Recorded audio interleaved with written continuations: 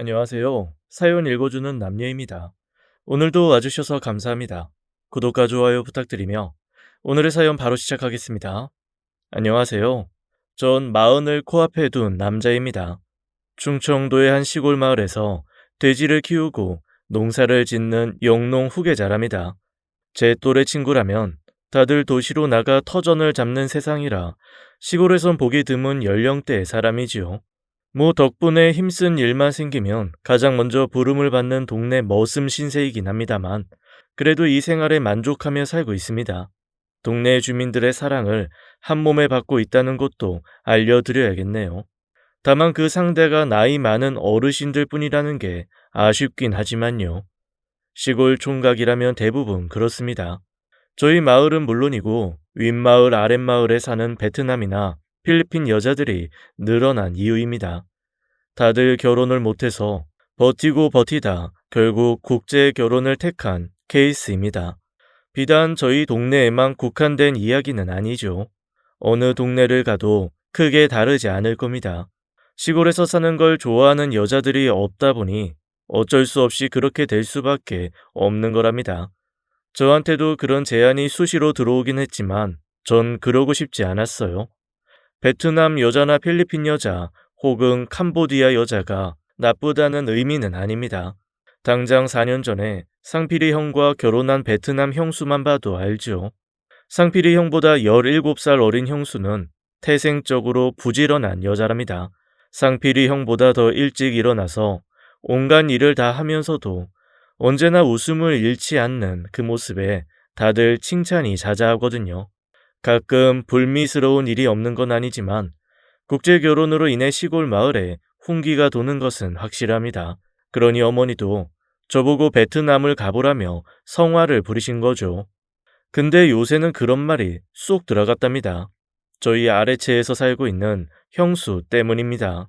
처음에는 형수를 그리 곱지 않게 보셨지만 이젠 180도 달라지셨어요. 서울 여자라면 마냥 게으르고 사치스러울 거란 편견을 가지고 계셨는데 형수가 모두가 다 그런 건 아니란 걸 몸소 보여준 때문입니다. 그리고 어쩌면 그 형수가 제 노총각 신세를 벗게 해줄지도 모른다는 기대감이 있으니 더 그런 거고요.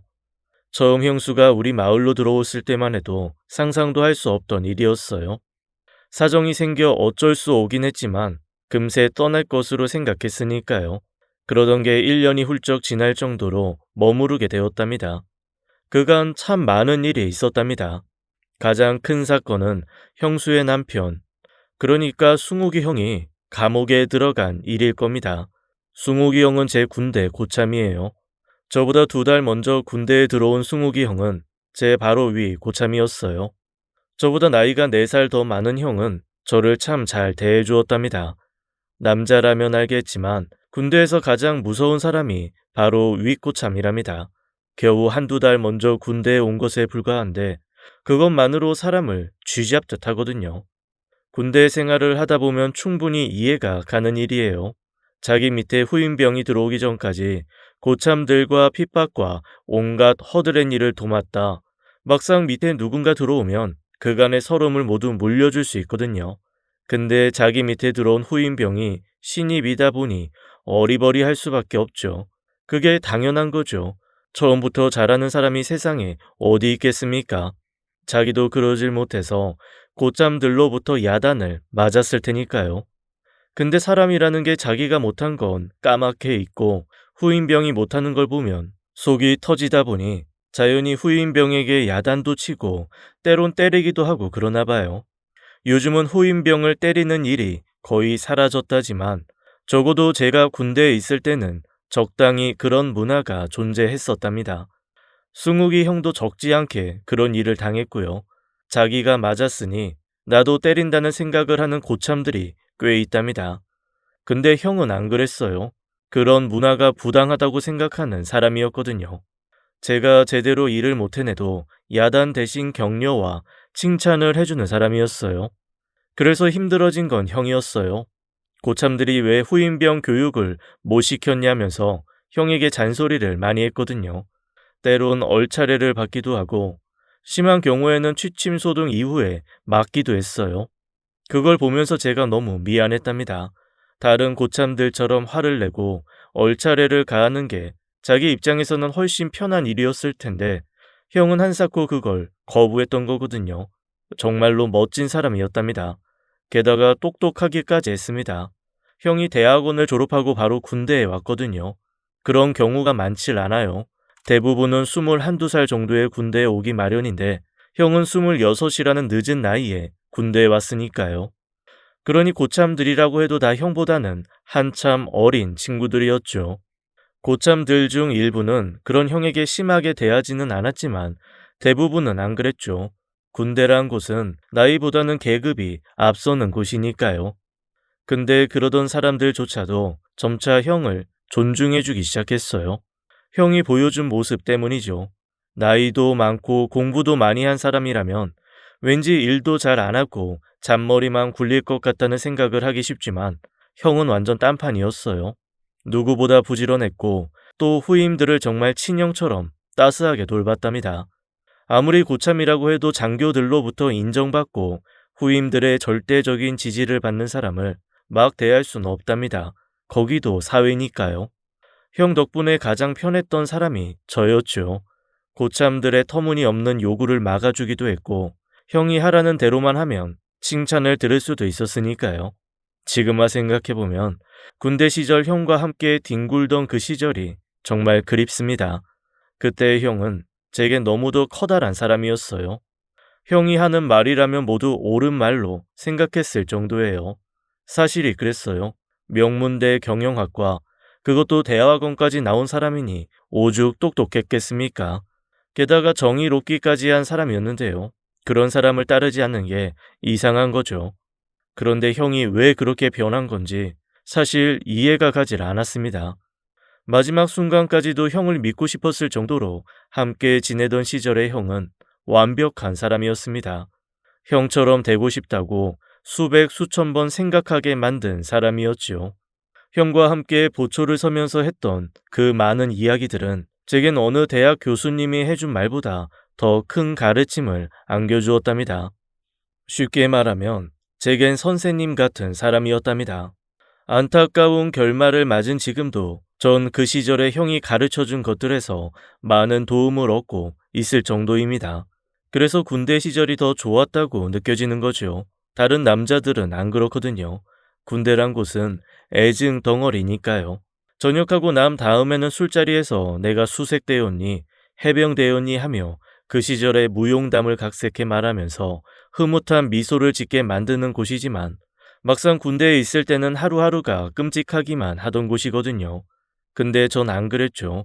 형이랑 있는 순간이 너무 소중해서 형이 전역할 즈음엔 좀 더 그 시간이 길어지기를 원했을 정도였답니다. 이야기가 길었지만 그만큼 형은 제게 큰 의미를 지닌 사람이었단 뜻이에요. 형이 전역하고 2달 후 제가 전역하면서 저희는 예전처럼 자주 볼 수는 없었답니다. 사는 곳이 다르고 환경이 다르니 당연한 거였어요. 전역 후 형은 대기업에 들어가 촉망받는 인재로 지냈고 저는 집으로 돌아와 농사일을 거들며 사는 그저 그런 사람이 되었어요. 그렇게 되면 자연스럽게 관계도 멀어지게 되는 게 정상이지만 저희는 좀 달랐어요. 그래봐야 제가 먼저 연락을 하는 경우가 대부분이었지만요. 그래도 고마웠어요. 군대 시절 아무리 친하게 지내던 사람이라 해도 막상 사회에 나가 달라진 삶을 살게 되면 한쪽에서 관계를 정리하는 경우가 대부분이랍니다. 근데 형은 안 그랬어요. 일이 워낙 바쁘니 형이 저를 먼저 찾을 여유는 없었지만 그래도 제가 연락을 하면 언제나 반갑게 받아주었답니다. 가끔 일이 생겨 서울에 갈 때면 웬만한 경우가 아니라면 저를 만나주었고요. 근사한 양복을 입은 형은 솔직히 제가 어울릴 만한 사람이 아니었어요. 딴에는 차려 입었다고 하지만 농사일로 까매진 얼굴과 거친 피부를 가진 저와 한눈에도 부티가 넘쳐 흐르는 형이 나란히 서 있는 모습은 진짜 부조화 그 자체였으니까요. 제가 주눅이 들어 있어도 형은 개의치 않는 모습이었어요. 정말 대단한 사람이었죠. 저희 부모님을 제외한다면 제가 이 세상에서 가장 존경하고 믿는 사람이 형일 수밖에 없는 이유였습니다. 아무리 그래도 사는 환경이 너무 다르니 조금씩 멀어질 수밖에는 없었습니다. 서운한 일이었지만 당연한 일이니 받아들일 수밖에 없었고요. 그래도 형은 저를 잊지 않았습니다. 형이 결혼한다며 청첩장을 보내준 것만 봐도 알죠. 사실 형네 집이 잘 사는지 못 사는지는 몰랐어요. 형이 특별히 이야기해 준 적이 없었으니까요. 그런 걸로 과시할 성격도 아니었으니 애당초 이야기할 생각도 없었을 겁니다. 근데 형의 결혼식을 가보고는 알았습니다. 형네가 정말 잘 산다는 걸요. 저희라면 보통 읍내 결혼식장에서 결혼식을 올리는데요. 시골 결혼식장이라는 게 거기서 거기죠. 3, 4층짜리 건물에 모모 웨딩홀 내지는 땡땡 예식장이라고 불리는 곳 말입니다. 중간중간 허름한 구석이 있는 그런 곳에서의 결혼식만을 떠올리던 제게 으리으리한 호텔 결혼식은 진짜 별천지였습니다. 무엇보다 줄줄이 놓여진 화 안에 더 놀랐습니다. 저 같은 사람들도 알 만한 회사의 대표니 전문이 하는 사람들이 보낸 거더라고요. 형 집이 잘 산다는 뜻이었을 겁니다. 거기서 형수를 처음 봤어요. 서울 여자들은 다 그렇게 예쁜 걸까 싶대요.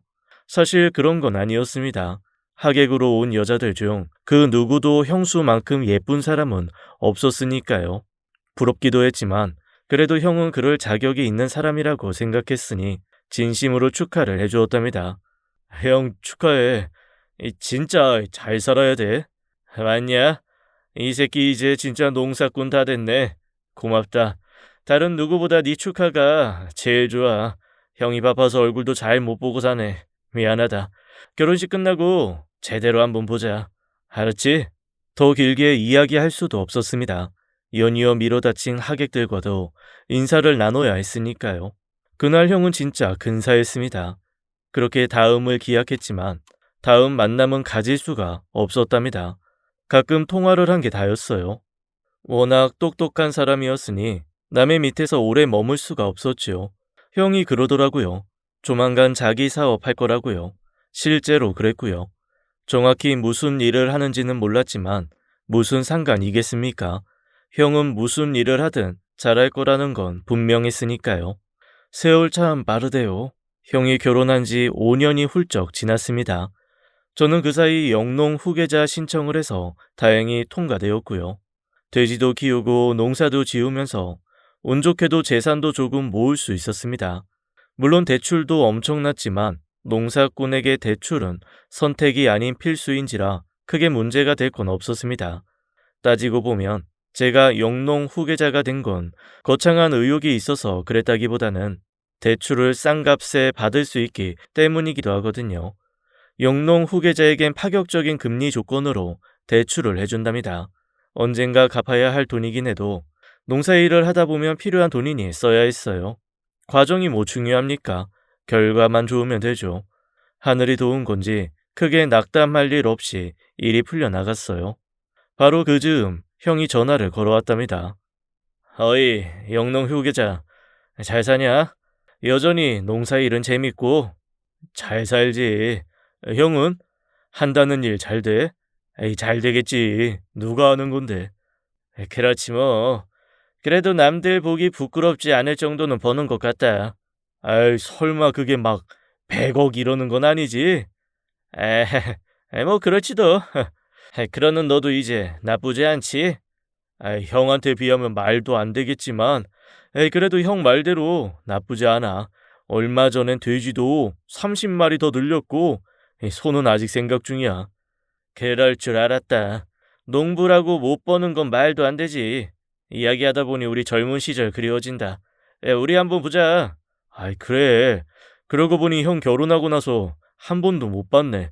참, 애기는 많이 컸겠네. 결혼한 지 5년이 넘었으니 당연히 애가 생겼을 거라고 생각했어요. 애? 아직. 그래. 설마 안 가지려는 건 아니지? 그런 건 아니고 내가 바쁘다 보니 그래 됐다.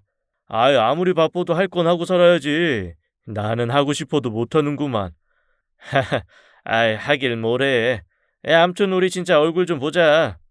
형이 바빠서 그런 거지. 불러만 줘. 내가 돼지 밥을 안 주는 한이 있어도 형이 부르면 바로 달려갈 테니까. 알잖아. 내가 언제 형 말 한 번이라도 안 들은 적 있어? 그렇지. 진짜 착한 동생이니까. 에휴, 네가 그러니 내가 더 미안해지잖아. 암튼 형이 조만간 시간 낼 테니 얼굴 꼭 보자. 그렇게 전화를 끊었습니다. 오랜만에 한 통화였지만 우리 사이는 여전하다고 생각했습니다. 이제는 하늘과 땅만큼 벌어진 사회적 지위에도 불구하고 형은 예전과 다른 바 없이 저를 대해주었기 때문이었어요. 아무리 생각해도 대단한 사람이었어요. 그래도 형 말대로 얼굴을 보는 일은 쉽지 않을 거라 생각했죠. 바쁘다고 해도 시간 내는 게 불가능하지 않은 저와는 달리 형은 진짜 눈코 뜰 새 없이 바쁠 게 분명했으니까요. 그런 제 예상이 완전히 빗나갔습니다. 한 달 뒤 형이 저희 집을 찾아왔답니다. 그것도 형 혼자 온 게 아니라 형수까지 데리고요. 형, 어쩐 일이야? 정말 형 맞아? 그럼 내가 아니면, 야, 우리 동생, 이제 진짜 태가 난다. 참, 자기야 인사해. 내가 매번 말한 그 놈이야, 광식이. 세상에서 가족을 제외하면 내가 유일하게 믿는 놈이야. 안녕하세요. 말씀 많이 들었어요. 이이가 술만 마시면 광식 씨 얘기를 해서 저도 많이 궁금했어요. 예. 식장에서 뵙고는 처음이네요. 어서 오세요. 그렇게 두 사람을 안으로 들였습니다. 엄마가 많이 놀라셨어요.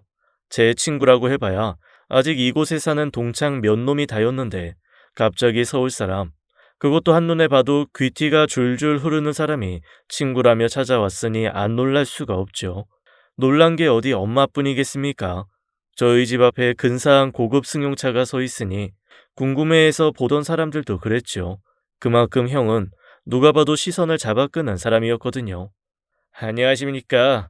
저 광식이 형 유승옥이라고 합니다.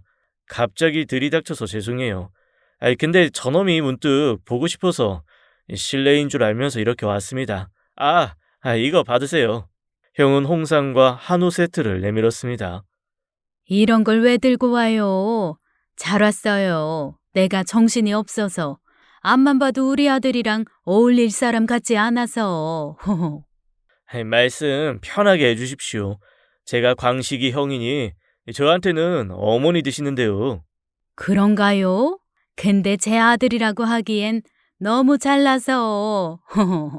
엄마가 기분이 많이 좋은 눈치셨어요.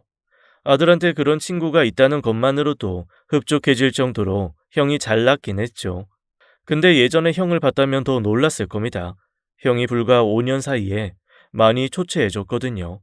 물론 제 눈엔 그랬지만 다른 사람들에겐 여전히 빛나는 사람이었답니다. 엄마가 손수 차린 음식을 맛있게 먹고 오랜만에 이야기꽃을 피웠답니다. 진짜 어떻게 온 거야? 근처에 일이 있었어? 아니라고 몇 번을 말해. 지난번 통화할 때 곧 보자고 했잖아. 그래서 왔어, 너 보려고. 이 사람은 내가 평소에 하도 네 얘기를 해서 어떤 사람인지 보고 싶다고 따라온 거고. 아무튼 반갑다. 근데 요새 일 많아? 왜 이렇게 까칠해졌어? 이것 봐. 당신도 봤지? 이놈이 당신 오기 전에 내 마누라였어. 왜 이렇게 잔소리가 많은 건지. 요새 이 사람이 좀 바빴어요. 그래서 맨날 피곤해하곤 했는데 광식 씨 보니 기분이 좋나 봐요. 이렇게 웃는 것도 오랜만이거든요. 형이 제 욕만 했죠? 아니요. 광식 씨 있다고 그러는 게 아니라 진짜 이 사람이 세상에서 저랑 부모님 제외하면 유일하게 속마음 털어놓을 수 있는 사람이라고 그랬어요. 직접 보니 그 말이 무슨 뜻인지 알겠네요. 아무튼 좋다. 너 보니까 마음 같아선 천천히 가고 싶은데 사정이 그러네. 광식아, 형이 부탁 하나만 할게. 좀 어려운 부탁인데. 뭐든 해, 형. 형 말이라면 콩으로 매주를 쓴다고 해도 믿는 나야.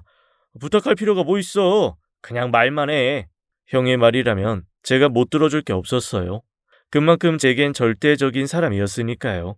그럼에도 형의 부탁은 놀라운 거였네요. 형수가 불편할 텐데 괜찮겠어?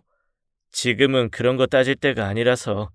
호텔 같은 곳에 있으면 채권자들이 추적할 수도 있고 이 사람 친정이나 우리 집도 마찬가지고 너는 내 친동생이나 마찬가지지만 그래도 접점이 없으니 그놈들이 못 찾아낼 것 같아서 오랜만에 동생 찾아와서는 고작 이딴 부탁이나 하고 있고 내가 정말 부끄럽다. 그런 말을 왜 해? 나한테라면 무슨 말을 해도 괜찮아. 사업하다 보면 별의별 일이 다 있는 거라며. 형이 누구야? 천하의 유승옥이잖아. 금방 이겨낼 거잖아.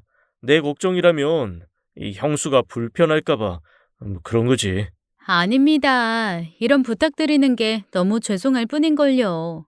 놓을 수만 있으면 돼요. 근데 어머니한테도 허락 구해야 하지 않나요? 어머니는 괜찮다 하실 거예요. 그런 건 신경 쓰지 마세요. 큰 소리는 쳤지만 엄마 입장에선 신경 쓰일 일이었죠.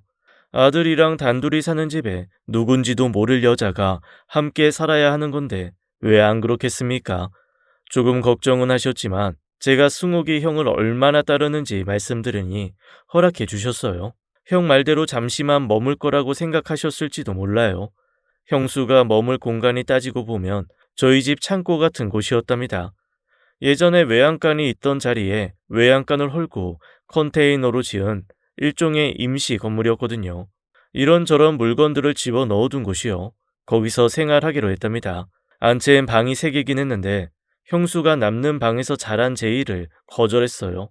신세를 지는 것도 죄송한데 자기가 안채에 기거하면 엄마와 제가 불편할 거란 이유에서였답니다. 그 말을 듣고 엄마가 그러시대요.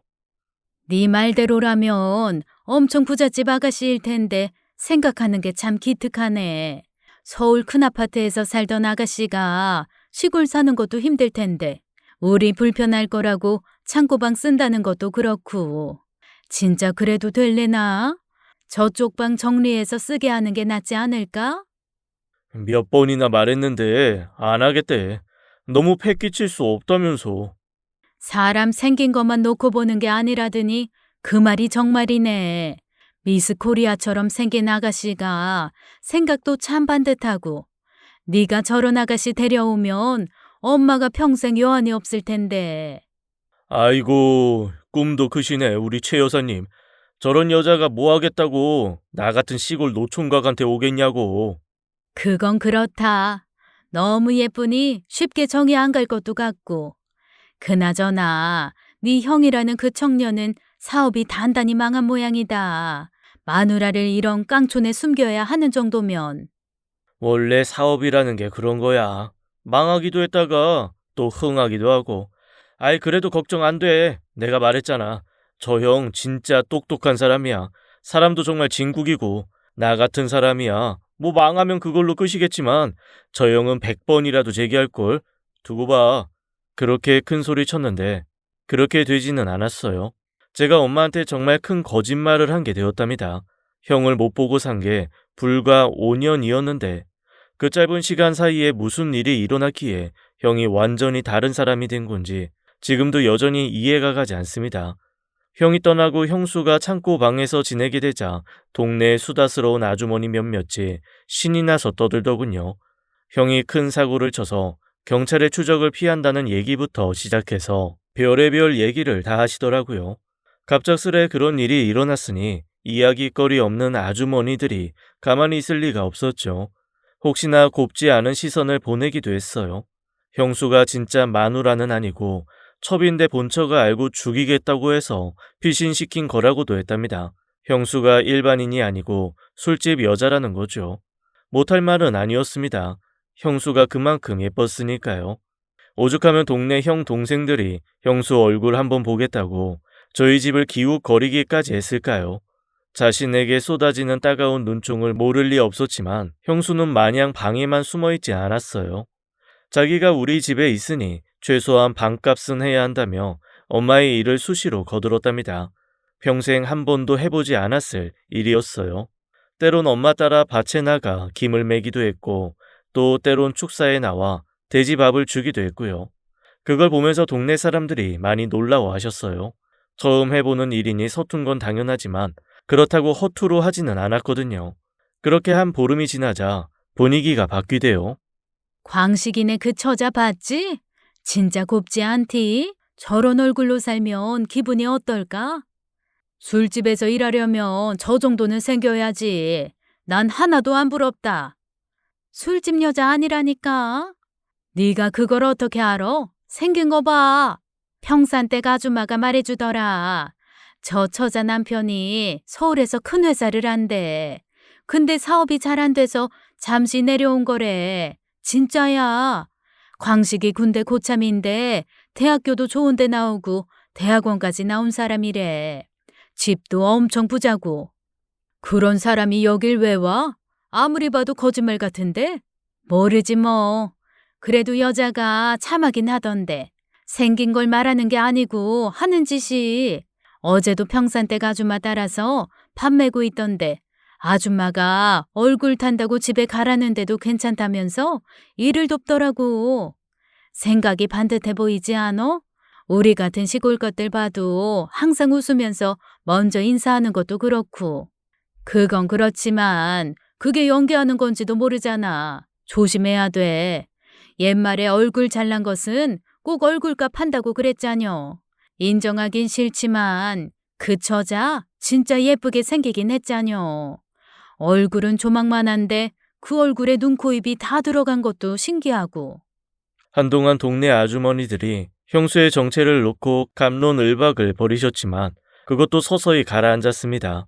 형수가 정말로 열심히 저와 엄마 일을 돕는 걸 보더니 그렇게 되셨어요. 정말 힘들었을 텐데 내색하지 않는 걸 보면서 왠지 형이랑 닮았다 싶대요.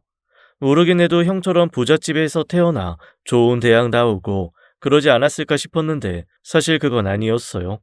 저희가 내외를 할 수밖에 없는 사이였지요. 그래서 저랑은 크게 이야기를 따로 주고받고 그러진 않았지만 엄마랑은 꼭 딸처럼 소근소근거리며 지냈답니다. 아무리 속은데도 좁은 집안에서 하는 이야기니 저라고 못 들을까요? 그렇게 알게 된 이야기들 대부분이 제 생각을 비웃는 것들이었답니다. 난 네가 엄청난 부잣집 딸인 줄 알았어. 그런 애가 이런 데서 어찌 사나 했어. 말씀드렸잖아요. 저희 아빠 돌아가시고 나서 단칸방에서 엄마랑 저희 삼남매 같이 살았어요. 거기에 비하면 여긴 궁궐이죠. 그래도 불편하지 않아? 서울 살던 집이 50평도 넘었다며. 그런 데서 살다가 이런 데 사는 거 난 못하겠다. 전 좋은데요. 어머니 앞이라서 드리는 말이 아니고 진짜 거기보다 여기가 훨씬 더 마음이 편해요. 진짜예요. 잘도 그러겠다. 내 맘 편하라고 그런 거짓말 안 해도 돼. 아무튼 있는 동안은 내 집이라고 생각하고 편히 지내. 알았지? 네, 감사합니다. 형수의 말이 무슨 뜻이었는지 처음에는 몰랐어요. 모든 일이 다 마무리되고 나서야 그 말이 진심이라는 걸 알았지만요. 아무리 좋은 집에 살아도 그곳에서의 삶이 지옥 같았으니 저희 집에서 사는 게 100번 더 마음이 편할 수밖에 없었던 거였답니다. 그 밖에도 알아낸 게 많아요. 형이 가난한 처가를 많이 도왔더라고요. 형이 장모님 편하게 사시라고 집도 하나 구해줬고요. 수시로 용돈도 드리고 그랬더라고요. 당연하죠. 형 성격이라면 그러고도 남았으니까요. 그런 형이 사업 실패로 채권자들을 피해 다녀야 한다는 게 너무 마음이 아팠어요. 그 와중에도 형은 가끔 저희 집에 오곤 했어요. 아내를 맡기고 아무런 대가도 치르지 못하는 게 미안하다며 그럴 때마다 엄마랑 저에게 머리 숙여 사과를 했습니다. 안 그래도 돼. 저놈도 그렇고 유정이도 자네가 좋은 사람이라고 입에 달고 사는 걸. 힘들어도 버텨. 세상 일이라는 게 항상 좋은 사람만 잘 되라는 법은 없지만 자네라면 금세 일어날 거란 걸 알게 됐어. 그러니 미안해 하지도 말고 다니면서 밥 잘 챙겨 먹고 긍정적으로 생각하고 그 좋던 얼굴이 이게 뭔가. 언제부터는 엄마도 승욱이 형을 진심으로 걱정해주기 시작하셨답니다. 아무래도 저와 형수 엄마가 이젠 유정이라고 부르며 딸처럼 아끼시는 사람까지 형을 너무도 좋게 말하니 좋은 인상으로 남을 수밖에 없었던 탓이었죠. 그렇게 모두가 자신을 걱정해 주었는데 정작 형은 그런 저희를 이용하려 했으니 그거야말로 배응망덕이었죠. 참 바보 같지만 그게 형의 모습이 아니란 건 분명해요. 아무리 어리고 철이 없던 시절이긴 했지만 그래도 같은 공간에서 2년을 동고동락하며 형을 봐왔습니다. 그때의 형은 누구보다 정의로웠고 누구보다 따뜻한 사람이었습니다. 그러던 형이 사업을 하면서 속고 배신당하고 하면서 엇나간 생각을 하게 된 거였지요. 더군다나 저희 집에 형수가 머물던 시절은 가진 것 모두를 빼앗기고도 모자라 엄청난 빚 때문에 협박과 강요를 당해야 했으니 정상적인 사고를 할 수 없었던 거였고요. 그래서 그런 거라 믿습니다. 형수는 빚쟁이에게 쫓겨 친정에도 발을 들일 수 없는 사람답지 않게 시골 생활 내내 밝은 표정이었어요. 형수 말대로 마음이 편해서였죠. 그러나 안 그럴 때도 있었어요. 바로 형이 다녀간 직후가 그랬답니다. 형이 한 달에 한 번꼴로 다녀간 날이면 형수 방에서 두 사람 목소리가 새어 나왔어요. 자기들 딴에는 감춘다고 감췄겠지만 그래도 격한 목소리인 건 숨길 수 없었죠. 정확히 무슨 말인지는 알 수 없었지만 두 사람이 대립하고 있는 것만은 분명했답니다. 그럴 수밖에 없었죠. 아무리 환한 얼굴로 지낸다 해도 예전의 삶으로 돌아갈 수 없을 거라는 불안감이 두 사람에게 있었을 테니까요. 두 사람이 얼굴을 마주하는 순간이면 그런 공포가 다시 떠올랐을 거고요. 그러니 좋은 소리를 할 순 없었을 겁니다. 그렇게 생각했는데 사실은 그게 아니었답니다. 저희 생각보다 훨씬 끔찍한 이야기를 하고 있었으니까요. 그래서일 겁니다. 엄마를 대할 때면 항상 밝은 표정이던 형수가 저랑 있을 때면 어쩔 줄 몰라 했답니다. 당연한 거라고 생각했죠. 아무래도 저희는 그런 사이니까요. 오죽하면 엄마가 저한테 그러셨어요. 형수한테 좀 살갑게 대하라고요. 불쌍한 아이인데 너라도 잘 대해주면 얼마나 좋겠냐시면서요. 저도 그러고 싶었어요. 근데 이상하게 형수가 제 앞에만 서면 긴장하는 기색이었으니 쉽사리 다가갈 수가 없었답니다. 그래도 노력했어요. 형수가 시골 생활에 느끼는 불편함을 조금이라도 덜어주려고 읍내에 갈 일이 생기면 여자들에게 필요한 물건을 구해서 주기도 했고요. 어떤 때는 들판에 있는 꽃을 꺾어다 주기도 했어요. 원래 꽃 선물은 사랑하는 사람이 하는 거긴 합니다만 전 그런 뜻은 아니었어요. 그저 들에 핀 꽃이 예쁘니 꺾어서 형수한테 준 거예요. 삭막한 컨테이너 안에 꽂아 놓으면 분위기가 조금이나마 나아질 것 같아서요. 근데 형수가 좀 당황하는 기색이었습니다. 그걸 보니 아차 싶대요. 무슨 변명이라도 해야 했어요. 그게 그냥 예뻐서요. 이 형수랑 어울리는 것도 같고 진짜예요. 처음 당황한 건 형수였는데 금세 제게로 그게 옮겨왔답니다. 그 모습을 보던 형수가 슬그머니 웃었고요. 분명히 봤어요. 알아요. 예쁘네요. 저 꽃 진짜 오랜만에 받아봐서 그래요. 이건 꽃집에서 못 본 거네요. 꽃 이름이 뭐예요? 그게 솔직히 뭔지 몰라요. 그냥 예뻐서 꼭 형수 같아서 말이라는 게 하면 할수록 이상해지는 놈이 돼요. 제가 해놓고도 말이 안 된다 싶었으니까요. 그때라도 입을 닫았으면 좀 나았을 겁니다. 근데 그러질 못했어요. 어떻게든 수습을 하고 싶었달까요? 형수 같다는 게 그러니까 형수가 예쁘잖아요. 그렇다고 그 꽃이 형수만큼 예쁘다는 건 아니지만 제 앞에서 그렇게 환하게 웃어준 적은 없었어요. 원래부터 형수가 예쁜 사람이라는 건 알았지만 그렇게 웃으니 100배쯤은 더 예뻤습니다. 가슴이 두근거릴 정도였어요. 오해는 마세요. 너무 예뻐서 그런 거니. 제가 형수한테 딴 마음을 먹거나 한 건 아니었으니까요. 제가 그렇게 예뻐요? 그러고 보니 그 말도 진짜 오랜만에 듣네요. 이해가 안 됐습니다. 형수는 누가 보더라도 미인인 사람이었어요.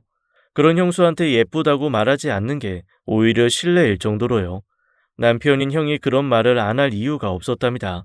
꽃 선물도 그렇고요. 근데 형수는 둘 다 오랜만이라고 말했답니다. 어쩌면 그날부터 조금씩 우리 사이에 있던 벽이 엷어진 건지도 모르겠네요. 그러다 결정적인 사건이 터졌어요. 형수가 온 첫날부터 우리 동네는 물론이고 이웃 동네 남자들까지 형수에게 관심을 보였답니다. 생전 보지도 못한 아름다운 여자가 머물렀으니 그럴 수도 있죠. 아직 결혼 못한 노총각들은 물론이고 결혼한 것들까지도 그랬어요. 저도 남자지만 참 창피할 정도로 수시로 저희 집 근처를 기웃거렸답니다. 그것까지야 뭘 할 수 없죠.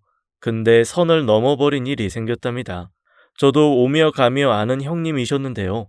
나이가 저보다 10살 정도 많은 분이셨는데 아직 결혼을 못했어요. 국제 결혼에 드는 비용을 감당할 처지가 아닌 탄도 있었죠. 바로 그 형님이 사고를 친 거예요. 축사에서 청소에 한참이었는데 전화가 오대요. 받아보니 동네 아주머니셨어요.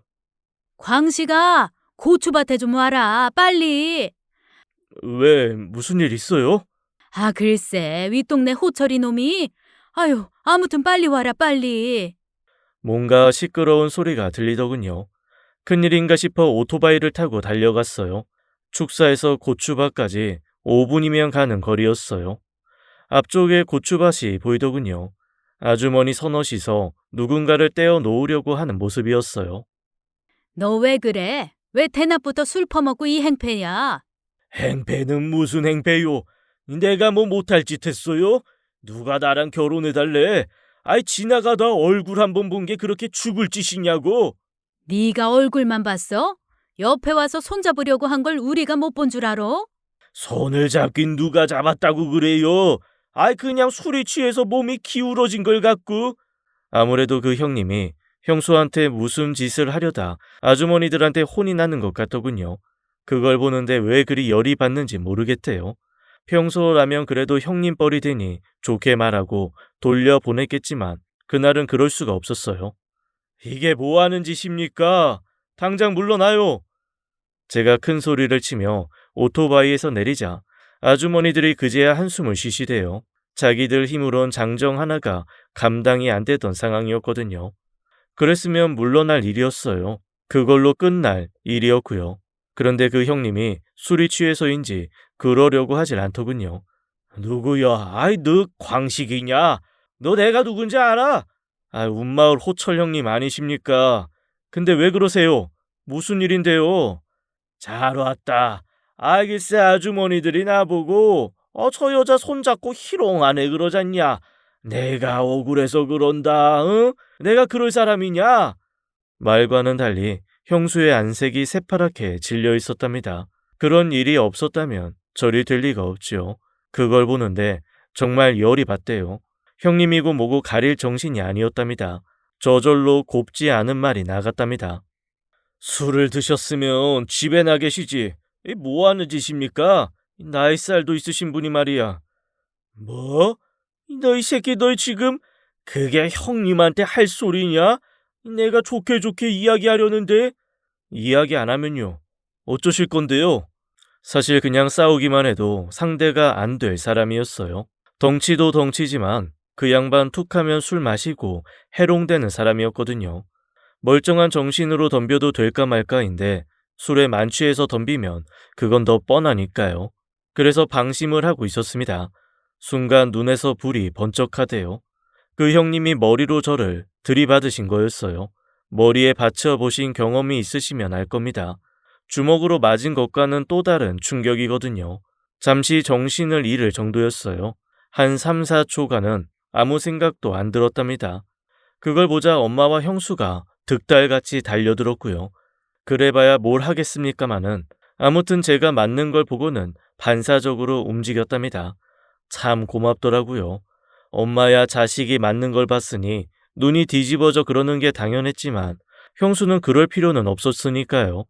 아무튼 정신을 차리니 엄마와 형수가 호철 형님을 잡고 있더군요. 자칫 두 사람이 맞을 수도 있을 것 같다는 걸 알고는 바로 움직였습니다.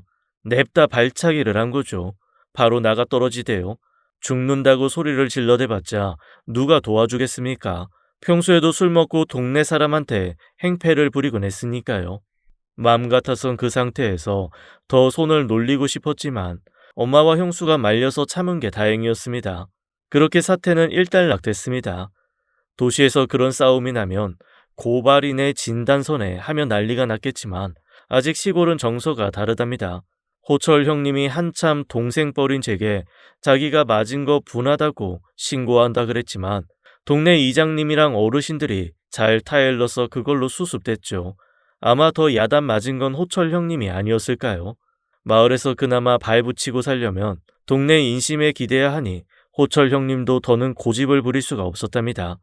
그렇게 끝나고 집에 오는데 아무래도 아까 머리에 받친 게 충격이 컸었습니다. 병원에 갔더니 코뼈에 미세하게 금이 갔다지 뭡니까? 마음 같아선 진짜 고발해서 콩밥이라도 먹이고 싶었지만 그냥 참았어요. 동네 사람들끼리 그래봐야 좋을 것도 없다는 엄마 말 때문에요. 병원에서는 특별히 해줄 수 있는 게 없다더군요. 부러지거나 상태가 심하면 수술을 받기도 한다는데 그 정도는 아니라지 뭡니까? 의사는 따로 치료할 건 없고 집에서 얼음찜질 종종 해주고 그래도 아프면 진통제를 먹는 수밖에 없대요. 그러면서 너무 과격하게 움직이지는 말라시더군요. 놔두면 자연스럽게 붓긴 하겠지만 혹시 너무 과격한 동작 때문에 탈이 날 수 있다는 이유에서였습니다. 그 말을 듣고 형수가 정말로 미안해했어요. 자기 때문에 그렇게 된 거였으니까요. 덕분에 제가 호강을 했습니다. 아침 저녁으로 얼음 찜질을 하라며 얼음 주머니를 대령했거든요. 더 웃긴 건 형수가 마치 시종이라도 되는 것처럼 그 시간 내내 제 곁에서 저를 지켜보고 있었단 겁니다. 저야 당연히 불편했죠. 아이, 제가 애입니까? 그냥 형수 일하세요. 안 돼요. 코뼈 부러지면 얼마나 아픈데요. 꼭 부러져 본 사람인 것처럼 말하네요. 괜찮아요. 꼭 부러져 봐야 아나요. 당연히 아프겠죠. 말하지 말고 잘 되고 있어요. 그러니 제가 더 토를 달 수가 없었어요. 형수가 생긴 건 그래도 은근히 카리스마가 있었거든요. 말 잘 듣는 학생처럼 그러고 있자니 뭔가 어색하잖아요. 그래서 그때 참 이야기를 많이 나눴답니다. 그러고 있는데 꼭 군대 시절 보초를 나가서 승욱이 형이랑 이야기하던 것 같은 느낌이 들대요. 이러고 있으니 옛날 생각나네요. 옛날에 군대 있을 때 보초 서러 가선 형이랑 이야기 참 많이 했는데 이젠 형수랑 그러고 있네요. 들었어요. 광식 씨 참 좋은 사람이라고 그러대요. 뭘요? 진짜 좋은 사람은 형이죠. 저 같은 놈한테도 공평하게 대해주는걸요. 제가 형이었다면 그렇게 했을까 싶어요. 그랬어요? 그때 승욱 씨는 지금이랑 많이 달랐나 봐요. 이야기를 하고 형수 스스로 놀란 것 같더라고요. 근데 저야 다른 의미로 생각했지만요. 당연히 다르죠. 그때야 형이 20대 중반이었으니까 진짜 잘날 때였죠.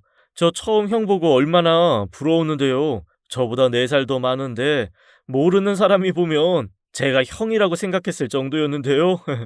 코에 얼음주머니를 대고 있어 형수의 표정을 보진 못했지만 그 순간 몹시도 찹찹한 표정을 지었을 겁니다.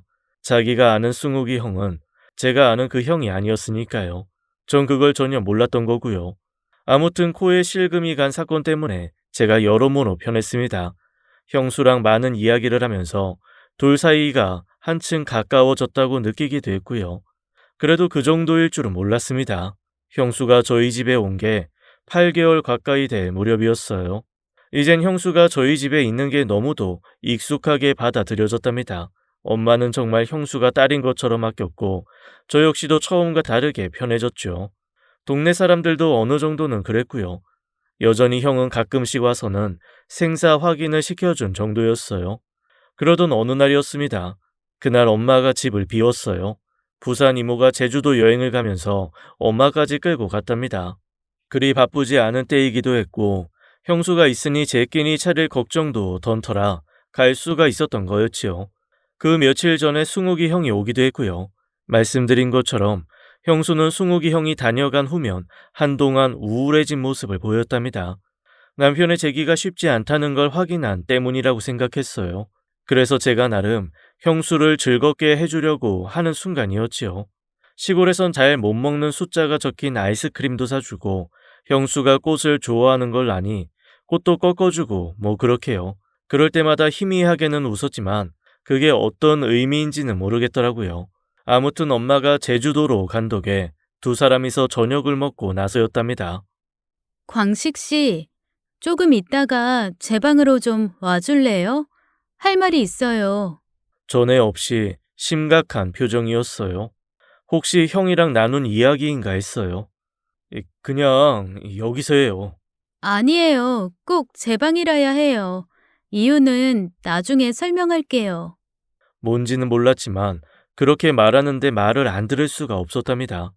형수가 나중에 설명한다는 그 이유가 그렇게 놀라운 것인 줄은 몰랐지만요. 한 30분 후쯤에 형수 방으로 갔어요. 삭막하기만 한 컨테이너 방이었지만 그래도 형수가 들어오면서부터 온기가 도는 곳이었죠. 형수, 저 들어가요?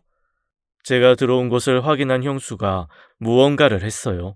너무 놀라서 몸이 굳을 정도였어요. 어떻게 그런 짓을 할 수가 있을까 싶을 정도였어요. 형수, 왜 그래요? 그러지 말아요.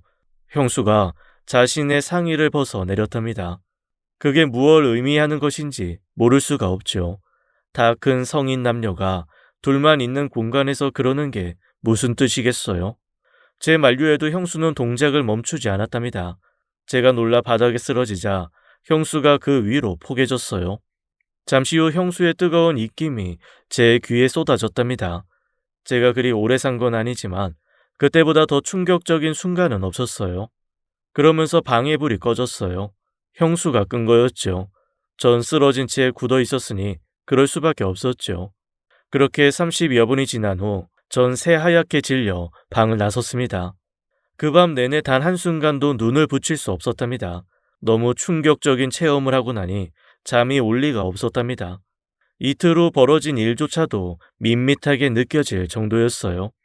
따지고 보면 그 사건 역시 일반적인 사람은 평생 한 번 겪기도 힘든 그런 일이었는데 형수와의 그 밤이 워낙 충격적이었던 탓에 오히려 무덤덤하게 느껴졌나 봐요. 이틀 후 형이 왔습니다. 보통 때는 사람들의 인기척이 끊어진 밤에 오곤 했던 형이 아침부터 왔었답니다. 그것도 혼자 온 것이 아니었어요. 경찰 둘을 데리고 왔답니다. 갑작스러운 경찰의 등장에 동네 사람들이 여러 모였고요. 일단 안으로 들어가자. 그래도 동네 사람들이 보는 앞에서 그럴 수 없으니. 그렇게 집안에 경찰과 형수와 내가 둘러 앉았습니다. 우리 신고받고 온 거다. 광식이 너 정말 그랬냐? 요즘이야 치안센터라고 표기하지만 저희한테는 그냥 지서가 익숙하답니다. 센터장이라 불리던 센터장도 저희한테는 지서장님인 것처럼요. 그곳에서 근무하시는 분들도 따지고 보면 그냥 동네 형이나 삼촌처럼 여겨지는 게 시골 지서의 분위기고요. 다들 친숙하다는 뜻입니다. 그래서 김 경장님이 저러신 거고요. 제가 뭘 했는데요? 너무도 담담하게 반응하는 저를 보며 형이 입을 열었습니다. 너 이 새끼야, 네가 어떻게 그래? 아무리 형이 곤란한 상황이지만 그렇다고 네가 형수한테 그러면 안 되지. 인간이라면 말이다. 그러니까 내가 뭘 했냐고. 형이 말해봐. 내가 뭘 했는데. 네가 서유정 씨를 강간했다고? 아니지? 지금 피의자 편 드시는 겁니까? 아무리 아는 사이라고 해도 지금은 엄연히 피의자와 경찰 사이입니다. 사심 없이 수사하시라고요. 죄송합니다. 뭐 어린 시절부터 보아온 놈이라 그럴 놈도 아니고. 빨리 말해봐. 정말 그랬냐고. 그랬다면요. 그럼 어떻게 되는 건데요? 이놈이 진짜? 야, 어떻게 되긴? 강간이 얼마나 무서운 범죄인지 알아? 암튼 그랬다 치면 저 잡아가나요? 저 풀려나려면 어떻게 해야 돼요? 이놈이 진짜? 너 진짜냐? 어쩌다가? 왜? 마치 조카의 잘못을 나무라는 삼촌 같았답니다. 그만큼 안타까웠던 거죠. 근데 형은 안 그랬어요. 자기 아내가 강간을 당했다는데 화도 안 내대요. 그럴 수밖에 없었을 겁니다. 처음부터 노린 거였답니다. 네가 풀려날 방법 없지. 그래도 형량을 줄이려면 피해자와 합의를 해야 해. 그럼 판사가 그걸 감형 요인으로 판단해서 형량을 줄여줄 거고. 그렇구나. 그럼 얼마나 돈을 줘야 합의를 받을 수 있을까? 다른데 너랑 나 사이니까 한 5천 정도? 야, 그나마 너니까 그런 거야. 알았어. 근데 김 경장님, 강간은 이렇고 만약에 사기랑 가정폭력 이런 거는 형량이 어떻게 돼요? 갑자기 그런 건 왜? 뭐 암튼 정도에 따라 다르지만 실형을 피할 수 없지 않을까? 그건 왜 물어? 저 사람 고소하려고요. 사기랑 가정폭력으로. 무슨 소리야? 너 미쳤냐? 네 범죄 덮겠다고 무고한 사람을 뭐 어쩌고 덮지? 정신 못 차리지? 합의금 1억 아니면 합의도 없을 거다. 형이 막 흥분해서 날뛰는 그때였습니다. 형수가 경찰을 잡고 차분하게 이야기를 이어나갔습니다. 잠시 후 형수가 방에서 서류 봉투를 가져와 건네주었고요. 그걸 보며 형이 길길이 날뛰었답니다. 그래도 소용이 없었어요. 증거가 너무 명확했거든요. 결국 형은 자신이 끌고 온 경찰차에 타고 경찰서로 다시 갔어요. 법정에 섰고 징역 2년 6개월의 선고를 받게 되었답니다. 자신의 아내를 상습적으로 구타해서 갈비뼈를 부러뜨리기도 했고 코뼈도 부러뜨렸거든요. 형수가 그 증거로 진단서를 다 끊어놨더라고요. 그러니 부인할 수도 없었고요. 그리고 자신의 지인에게 강간죄를 뒤집어 씌워 합의금을 뜯어내려 했던 제목과 함께 투자를 빌미로 사람들에게 돈을 빌리고 갚지 않은 점도 함께 처벌의 제목이 되었답니다. 그 모든 걸 알려준 사람이 형수였어요. 그날 형수가 불을 끄고 제 귓가에 속삭였답니다. 광식 씨, 그냥 있어요. 이 방에 몰래카메라 있어요. 형이 설치한 거예요. 말하지 말아요. 들리니까. 형이 광식 씨 강간이라고 우겨서 합의금 받으려고 시킨 거예요. 그것만 있는 것도 아니고요. 나머지는 나중에 건너가서 말해줄게요. 일단은 이대로 30분만 있어요. 그래야 승욱 씨를 속일 수 있으니까. 두어 시간 후 형수가 조심스레 건너와서는 모든 걸 말해줬답니다. 형이 사업 실패 후 벌인 각종 사기 행각과 형수인 자신을 수시로 구타한 이야기, 그리고 저에게 돈을 뜯어내려고 형수를 몰아붙인 정황까지 모두 다요. 형수는 절대 그럴 수 없다 했지만 볼모로 잡힌 친정 엄마 때문에 어쩔 수 없이 하는 척 했다더라고요. 형이 친정 엄마에게 사준 집과 그 밖에 제공한 돈들을 다 돌려받을 거라고 그랬대요. 그러면 엄마가 힘들어지니 따르는 척 했대요. 자기한테 진심으로 대해준 사람들을 배신할 수도 없고 그렇다고 엄마를 힘들게 할 수도 없어 그랬다는 거예요. 엄청나게 미안해했지만 형수 잘못은 아니었어요. 그렇게 모든 일이 마무리되고 형수는 이혼과 함께 부산 친정으로 내려갔어요. 그리 긴 시간은 아니었지만 형수가 떠나고 나니 집에 불었던 훈풍이 사라진 기분이었어요. 엄마도 그랬지만 제가 참 많이 힘들었답니다. 그 모든 시련을 묵묵히 견딘 형수가 안타깝기도 했고요. 누구보다 행복하게 살아야 했는데 실제로는 가장 불행하게 살았던 여자였지요. 형수가 저희 집에서 살면서 정말로 편했다고 말했던 이유를 그제 알았죠. 믿고 결혼한 남자가 사기에 가정폭력을 저지른 것도 모자라 자기를 믿고 따르는 동생을 등쳐먹을 계획까지 세운 걸 보며 얼마나 괴로웠을까요? 그러면서도 최선을 다해 살았던 사람이었어요. 그 사람을 안아주고 위로해주고 싶었답니다. 그러나 그럴 수 없었답니다. 자기가 원래 있었던 곳으로 돌아갔으니까요. 그렇게 맥이 빠져 생활할 즈음 형수가 느닷없이 돌아왔어요. 친정으로 간 지 2달 조금 지나서였답니다. 형수, 여긴 어떻게... 어떻게는 어떻게겠어요. 버스 타고 왔죠. 어머니, 저 왔어요. 제가 놀라 있는 사이 성큼성큼 안채로 들어가더군요. 엄마가 형수를 보고 얼마나 반가워했는지 모릅니다. 아이고, 이거사. 연락이라도 하고 오지.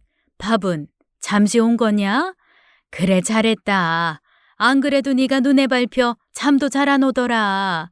부산 어머니는 잘 계시지? 온 김에 한 이틀 쉬었다 가라. 맛있는 것도 먹고. 이틀이요? 안 되는데. 그렇지. 가야 되지. 기다려라. 밥은 먹고 가야지. 밥은 천천히요. 지금 일 많은 때잖아요. 일부터 하고 밥 먹어요. 그래야 더 맛있으니까. 일은 무슨 일을 해. 금방 가야 한다며. 그럴 필요 없다. 일은 나랑 광식이가 하면 되니 넌 밥 먹고 가면 돼. 저 안 가요. 일한다니까요. 어차피 사람 쓰실 거잖아요. 요새 시골에 사람 구하기가 힘든 거 뻔한데. 그럴 거면 저 쓰시라고요. 대신 일당은 톡톡히 쳐주세요. 숙식 제공에 삼시세끼 맛있는 밥 주세요. 그게 무슨 소리예요? 아, 왜 말을 못 알아들어요? 저 여기서 일할 거라고요. 농번기가 지나려면 일단 한 4달은 있어야겠죠? 잘해주시면 4달 더 있을 수도 있고요. 뭐 하세요? 일 나가자니까요.